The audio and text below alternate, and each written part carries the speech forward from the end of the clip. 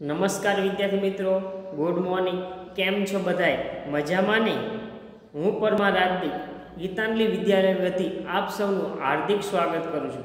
આજથી આપણે યુટ્યુબ ચેનલના માધ્યમ દ્વારા ઓનલાઈન શિક્ષણ મેળવીશું.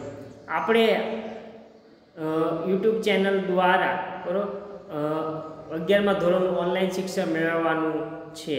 બરોબર વિદ્યાર્થી મિત્રો, તો કે આપણે ધોરણ 11ની અંદર આંકડાશાસ્ત્ર વિષયની અંદર બરોબર છે, પહેલું જે આંકડાશાસ્ત્ર વિષય છે જે તમારે હવે ભણવામાં આવશે, તમારા માટે નવો વિષય છે. પરંતુ ક્યાંક તમે આંકડાશાસ્ત્ર વિશેની માહિતી ક્યાંક તમે મેળવેલી છે. દાખલા કે તમને કહું કે ધોરણ 9ની અંદર તમે આંકડાશાસ્ત્ર વિષયના સંભાળના ચેપ્ટર ભણી ગયા છો, આંકડાશાસ્ત્ર ભણી ગયા. ધોરણ 10ની અંદર આંકડાશાસ્ત્ર વિષય તમે એક ચેપ્ટર ભણી ગયા છો. હવે આંકડાશાસ્ત્રમાં જે ચેપ્ટર આવતું હતું, હવે તમારે આખું ચેપ્ટર નહીં પરંતુ આખો વિષય ભણવાનો છે. બરાબર, થોડી ઘણી માહિતી આપું તો કે તમે ધોરણ 10ની અંદર કે આંકડાશાસ્ત્ર જે છે તમારે શું છે, આંકડાશાસ્ત્ર એ ચેપ્ટરની અંદર મધ્યક, મધ્યસ્થ, બહુલકના દાખલા તમે ભણી ગયેલા છો.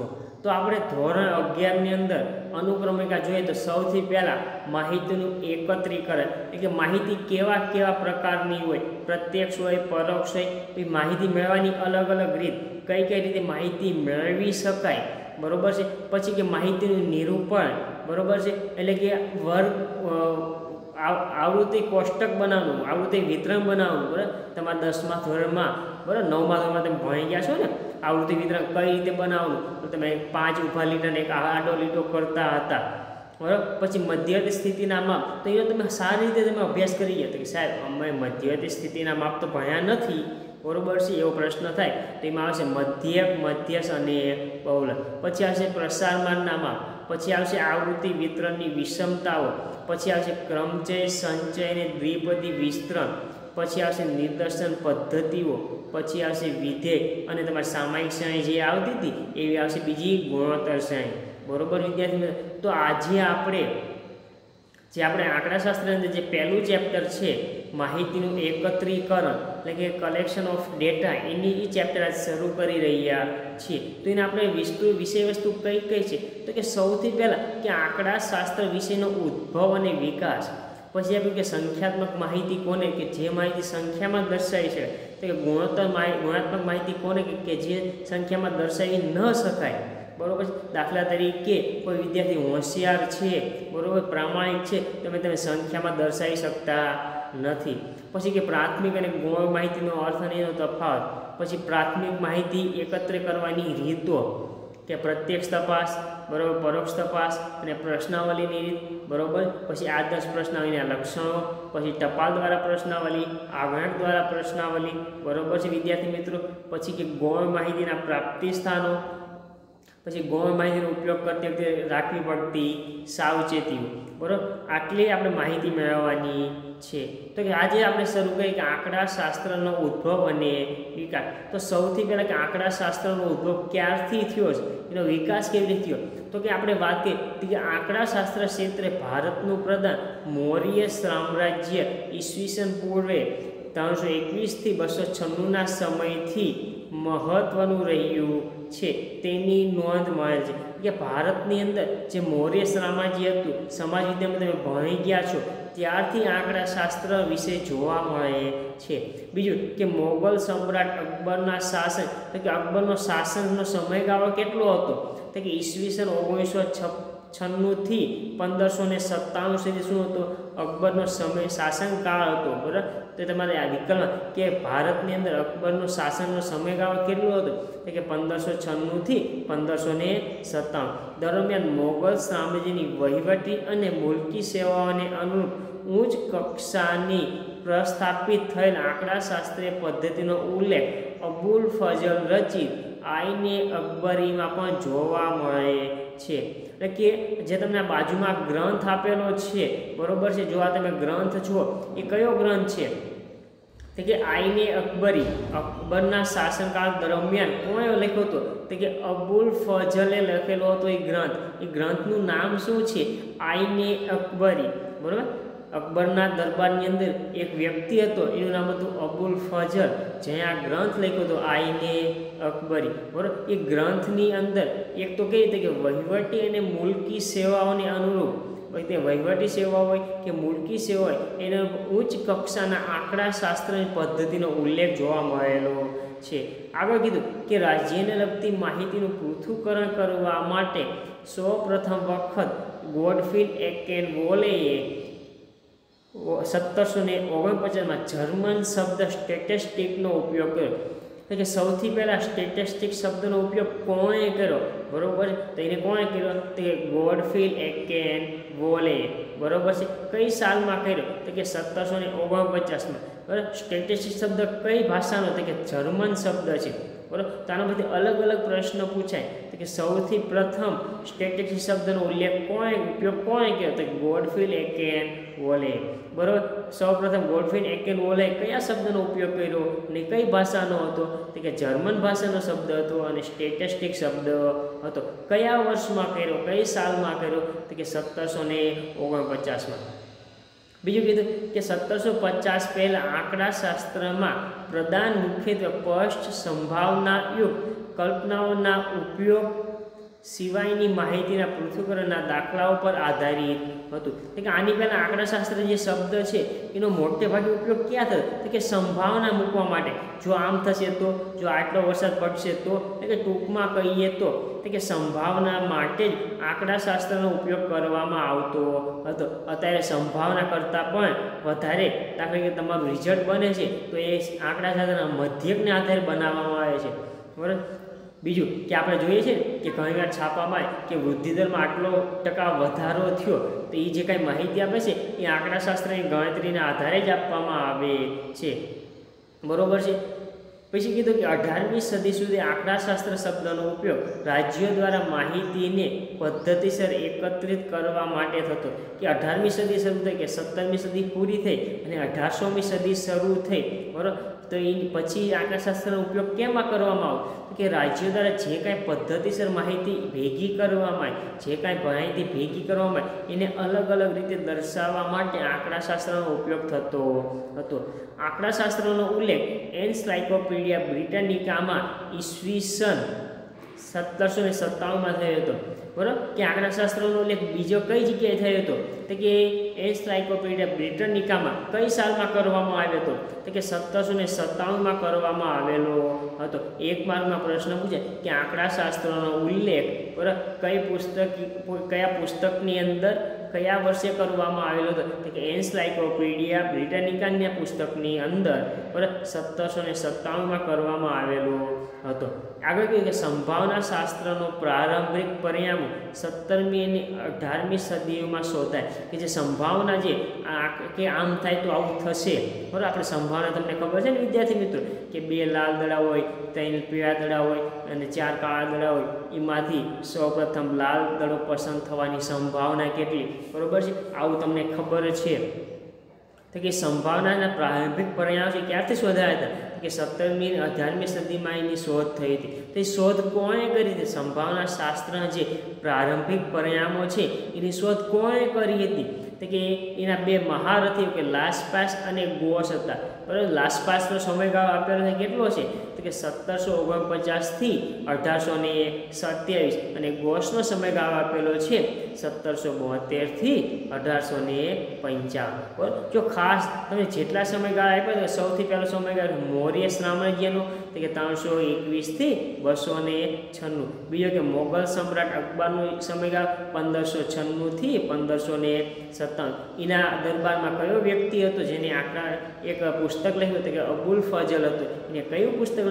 તો કે આઈને અકબરી, બરોબર છે. પછી રાજ્યને લગતી માહિતીનું પૃથ્થકરણ કરવા માટે સૌપ્રથમ આંકડાશાસ્ત્ર શબ્દનો કોણે ઉપયોગ કર્યો, કઈ સાલમાં કર્યો અને કયો શબ્દનો ઉપયોગ કર્યો? તો કે સૌપ્રથમ ગોડફિલ એકેનવોલેએ 1749માં જર્મન શબ્દ સ્ટેટિસ્ટિકનો ઉપયોગ કર્યો હતો અને 1750 પહેલાં આંકડાશાસ્ત્રનું પ્રદાન મુખ્યત્વે સ્પષ્ટ સંભાવનાયુક્ત કલ્પનાઓના ઉપયોગ સિવાયની માહિતીના પૃથ્થકરણ ઉપર આધારિત હતું. 18મી સદી સુધી આંકડાશાસ્ત્રનો ઉપયોગ રાજ્યો દ્વારા જે કંઈ માહિતીને પદ્ધતિસર એકત્રિત કરવામાં આવે છે ત્યાં સુધી જ કરવામાં આવતો હતો. પછી આંકડાશાસ્ત્રનો ઉલ્લેખ એન્સાઇક્લોપીડિયા બ્રિટાનિકામાં ઈસવીસન 1797માં થયો. પછી સંભાવના યુગના પ્રારંભિક પરિણામ કઈ સાલમાં શોધવામાં આવ્યા તો કે 17મી અને 18મી સદીમાં. કયા બે વ્યક્તિએ કે મહારથીએ ગોત્યા તો કે લાસપાસ અને ગોસ. લાસપાસનો સમયગાળો કેટલો હતો તો 1749 થી 1827. ગોસનો સમયગાળો કેટલો હતો કે 1772 થી 1855. પછી કીધું કે સૌપ્રથમ રચાયેલી આંકડાશાસ્ત્રીય સમિતિ કઈ છે તો કે સૌપ્રથમ રચાયેલી આંકડાશાસ્ત્રીય સમિતિ રોયલ આંકડાશાસ્ત્રીય સંગઠન છે. શું છે? રોયલ આંકડાશાસ્ત્રીય સંગઠન છે. સૌપ્રથમ રચાયેલી આંકડાશાસ્ત્રીય સમિતિ કઈ છે તો કે રોયલ આંકડાશાસ્ત્રીય સમિતિ છે. બરોબર છે. ક્યારે એની સ્થાપના થઈ તો કે 1834માં થઈ. કયા શહેરમાં થઈ તો કે લંડન શહેરમાં થઈ હતી. પ્રશ્ન પૂછવામાં આવે કે સૌપ્રથમ રચાયેલી આંકડાશાસ્ત્રીય સમિતિ કઈ છે તો કે રોયલ આંકડાશાસ્ત્રીય સંગઠન છે. એ સમિતિ કઈ આ જે સમિતિ છે કે સંગઠન છે એની સ્થાપના કઈ સાલમાં કરવામાં આવી તો કે 1834માં. કયા શહેરમાં કરવામાં આવી તો કે લંડન શહેરમાં કરવામાં આવી હતી. એટલે 19મી સદી શરૂ થઈ. આ જો અબુલ ફઝલનું ચિત્ર આપેલું છે કે અકબરના જે દરબારમાં હતો બરોબર, અબુલ ફઝલ જેને આઈને અકબરી બરોબર છે. આ જે ગ્રંથ લખ્યો છે એ લખેલો છે બરોબર. એમાં આંકડાશાસ્ત્રનો ઉપયોગ જોવા મળે છે. હવે કીધું કે 19મી સદીના અંતમાં અને 20મી સદીની શરૂઆત કે 19મી સદી પૂરી થઈ અને 20મી સદી શરૂ થઈ. શરૂઆતમાં આંકડાશાસ્ત્રના આધુનિક પાસાઓની રચના થઈ બરાબર. કે આંકડાશાસ્ત્રે આધુનિકરણનો સહારો લીધો કે અત્યાર સુધી કોઈક જગ્યાએ આંકડાશાસ્ત્રનો ઉપયોગ થતો એ મોટા ભાગની જગ્યાએ શું કરવામાં આવે છે આંકડાશાસ્ત્રનો ઉપયોગ કરવામાં આવે છે. તો એ માટે ગેલ્ટન અને કાર્લ પિયર્સને ગાણિતિક આંકડાશાસ્ત્રનો ઉપયોગ કે ગાણિતિક આંકડાશાસ્ત્રનો ઉપયોગ કોઈ કર્યો તો કે ગેલ્ટન અને કાર્લ પિયર્સને કર્યો. કયા કયા ક્ષેત્રમાં કર્યો તો કે વિજ્ઞાન, ઉદ્યોગ, રાજકારણમાં કર્યો બરાબર. ગાણિતિક આંકડાશાસ્ત્રનો ઉપયોગ કોણે કર્યો તો કે ગેલ્ટન અને કાર્લ પિયર્સને કર્યો બરોબર છે. કયા ક્ષેત્રમાં કર્યો તો કે વિજ્ઞાન, ઉદ્યોગ અને રાજકારણમાં કર્યો હતો. પછી કીધું કે ગાણિતિક આંકડાશાસ્ત્રના રચયિતા કોણ છે તો કે ગાણિતિક આંકડાશાસ્ત્રના રચયિતા કાર્લ પિયર્સન હતા બરોબર છે. કોણ હતા? Karl Pearson. ક્યારેક એમ પણ પ્રશ્ન પૂછાય કે ગાણિતિક આંકડાશાસ્ત્રના પિતા કોણ કહેવામાં આવે છે તો કે કાર્લ પિયર્સનને ગાણિતિક આંકડાશાસ્ત્રના પિતા કહેવામાં આવે છે. તમે ઇંગ્લેન્ડમાં ઉચ્ચ કક્ષાની આંકડાકીય પ્રયોગશાળાની તથા ઈસવીસન 1911માં લંડન યુનિવર્સિટી ખાતે કોલેજમાં સૌપ્રથમ બરોબર છે આંકડાશાસ્ત્ર વિભાગની સ્થાપના કરી. કોણે તો કે કાર્લ પિયર્સન જે છે જેને ગાણિતિક આંકડાશાસ્ત્રની રચના કરી બરોબર. એને ઇંગ્લેન્ડમાં ઉચ્ચ કક્ષાની આંકડાકીય પ્રયોગશાળાની રચના કરી. ઉચ્ચ કક્ષાનું આંકડાશાસ્ત્ર કે જેમાં સંશોધન કરવામાં આવે એટલે કે આપણે જે વિજ્ઞાનમાં સંશોધન કરીએ છીએ તેવા નહીં પણ આપણે જે ગણિતમાં જે રીતે સંશોધન થાય છે એવા સંશોધન કર્યા બરોબર છે. કઈ જગ્યાએ તો કે ઉચ્ચ કક્ષાની આંકડાકીય પ્રયોગશાળામાં બરોબર. પછી એમને શું બીજું કામ કર્યું? કોણે તો કે કાર્લ પિયર્સને બીજું કામ કર્યું 1911માં લંડન ખાતે યુનિવર્સિટી કોલેજમાં સૌપ્રથમ યુનિવર્સિટીના આંકડાશાસ્ત્ર વિષયના વિભાગની સ્થાપના કરી બરાબર. કાર્લ પિયર્સને બીજી કઈ કામગીરી કરી કે લંડનની જે યુનિવર્સિટી છે એને કોલેજની અંદર આંકડાશાસ્ત્ર વિષયના વિભાગની શરૂઆત કરી. પછી કે 1910 અને 20ના સમયગાળા દરમિયાન ગોસેટ અને ફિશરે લઘુ નિદર્શન માહિતીને માટે આધુનિક આંકડાશાસ્ત્રીય વિજ્ઞાનની રચના કરવાનો પ્રારંભ કર્યો. કઈ સાલમાં તે 1910 અને 1920ના સમયગાળા દરમિયાન. કોણે તો કે એક તો ગોસેટ હતો અને બીજો તો ફિશરે. કઈ માહિતી તો કે લઘુ નિદર્શ માહિતીના માટે આધુનિક આંકડાશાસ્ત્રીય વિજ્ઞાનની રચના કરવાનો પ્રારંભ કર્યો. આગળ કીધું કે ફિશરે જીનેટિક્સ, બાયોમેટ્રિક્સ, મનોવિજ્ઞાન, શિક્ષણ, ખેતી જેવી જાતના ભિન્ન ક્ષેત્રોમાં આંકડાશાસ્ત્રનો ઉપયોગ કે ફિશરે બીજા કયા ક્ષેત્રની અંદર આંકડાશાસ્ત્રનો ઉપયોગ કર્યો કે ફિશરે જીનેટિક્સ, બાયોમેટ્રી, મનોવિજ્ઞાન, શિક્ષણ અને ખેતી જેવા જાત જાતના ભિન્ન ક્ષેત્રોમાં આંકડાશાસ્ત્રનો ઉપયોગ કર્યો હતો. તેઓ આંકડાશાસ્ત્રના પિતા તરીકે જાણીતા છે. જો ગાણિતિક આંકડાશાસ્ત્ર પૂછે, શું પૂછે? ગાણિતિક આંકડાશાસ્ત્ર તો કોઈ હશે? Karl Pearson. અને આંકડાશાસ્ત્રના પિતા તરીકે કોણ જાણીતા છે? તે કે ફિશર જાણીતા છે. બરોબર છે.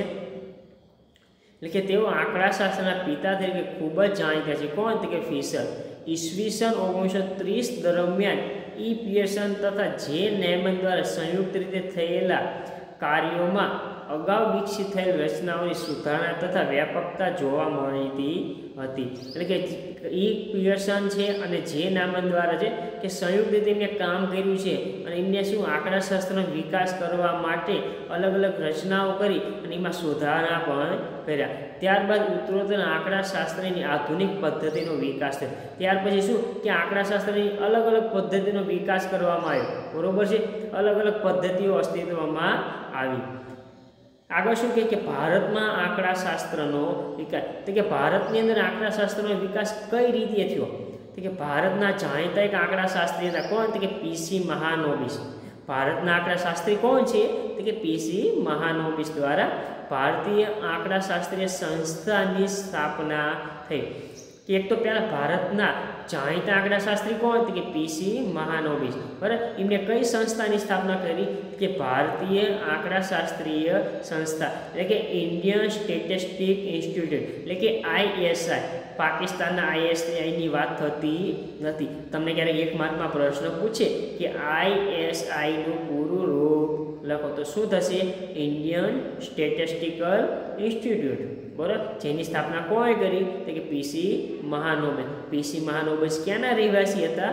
તો કે ભારતના હતા. બરોબર. એટલે પીસી મહાનોબિસને લીધે આપણે અત્યારે ધોરણ 11 અને 12માં આંકડાશાસ્ત્ર વિષય ભણવામાં આવે છે.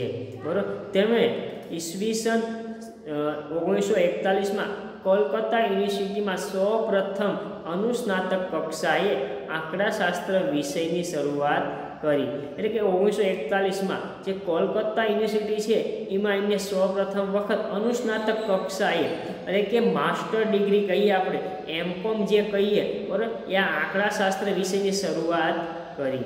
ઈસવીસન 1950માં મહાનોબિસ દ્વારા પ્રસ્તુત કરાયેલ રાષ્ટ્રીય નિર્દેશ તપાસને સરકાર દ્વારા માન્ય કરવામાં આવી. બરાબર. બીજું કે 1950ની અંદર મહાનોબિસ દ્વારા બરાબર રાષ્ટ્રીય નિર્દેશ તપાસ નામનું એક આંકડાશાસ્ત્રીયની માહિતી આપવામાં આવી. બરાબર. જેને કોણે માન્ય કરી? તો કે ભારત સરકારે માન્ય કરેલી છે.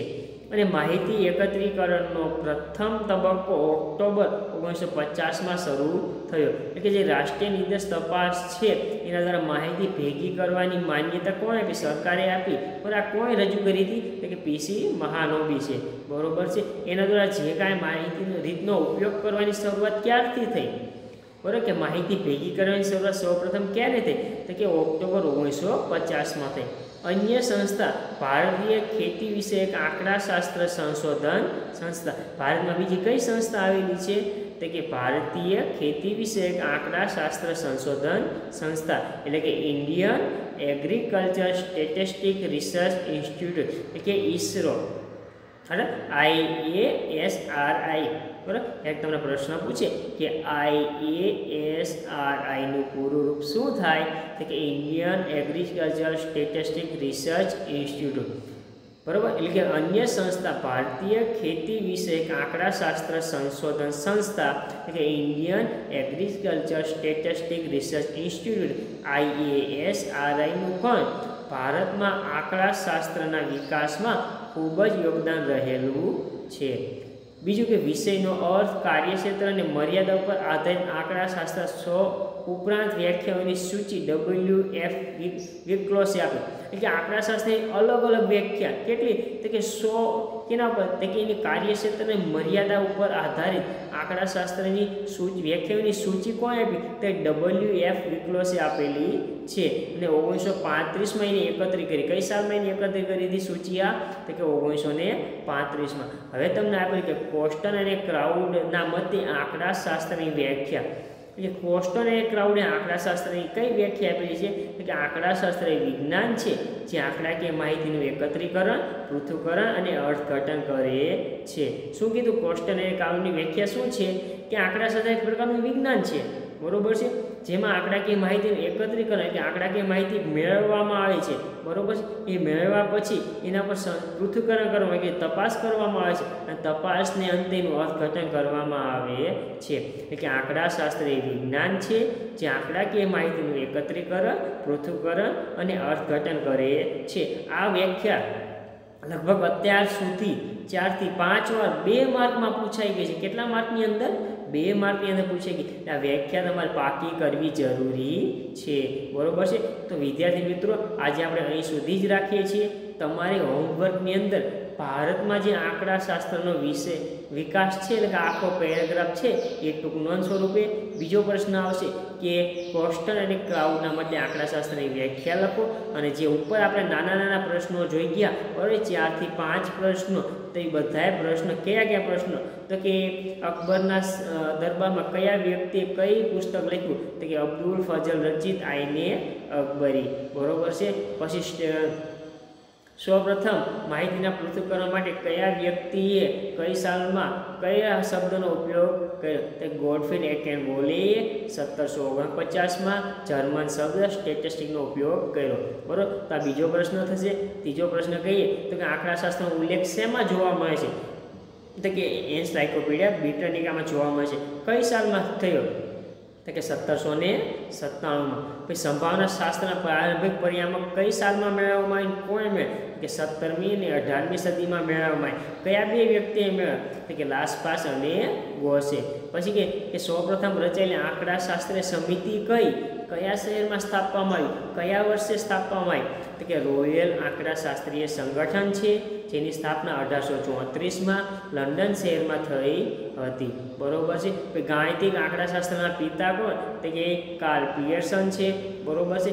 એમને કઈ જગ્યાએ આંકડાશાસ્ત્રનો ઉલ્લેખ? તો કે ઇંગ્લેન્ડની ઉચ્ચ કક્ષાની આંકડાશાસ્ત્રની પ્રયોગશાળા શરૂ કરી અને યુનિવર્સિટીમાં કોલેજ વિભાગમાં આંકડાશાસ્ત્ર વિભાગની સ્થાપના કરી, બરોબર છે. પછી કે ફિશરે આંકડાશાસ્ત્રના કયા ક્ષેત્રો ઉપયોગ? કે જીનેટિક્સ, બાયોમેટ્રી, મનોવિજ્ઞાન, શિક્ષણ, ખેતી જેવા જાતના ક્ષેત્રોમાં એનો ઉપયોગ કર્યો. પછી કે આંકડાશાસ્ત્રના પિતા કોણ છે? એટલે કે ફિશર છે, બરોબર. પછી આવશે કે ભારતના આંકડાશાસ્ત્રી કોણ? તો કે પીસી મહાનોબિસ, બરોબર છે. એને કઈ સંસ્થાની સ્થાપના કરી? તો કે ભારતીય આંકડાશાસ્ત્રીય સંસ્થા એટલે કે ISI, ઇન્ડિયન સ્ટેટિસ્ટિકલ ઇન્સ્ટિટ્યૂટ, બરાબર. કઈ સાલમાં સ્થાપિત? કે 1931માં. કયા શહેરમાં? તો કે કોલકાતા ખાતે. એટલે તમારા ભારતમાં આંકડાશાસ્ત્રનો વિકાસ એટલે કે આખો પેરેગ્રાફ આથી કે ભારતના જાણીતા આંકડાશાસ્ત્રી અહીંયાથી લઈ, બરોબર છે, અહીં સુધી કે 1835માં એકત્રિત કરવામાં આખો પેરેગ્રાફ તમારે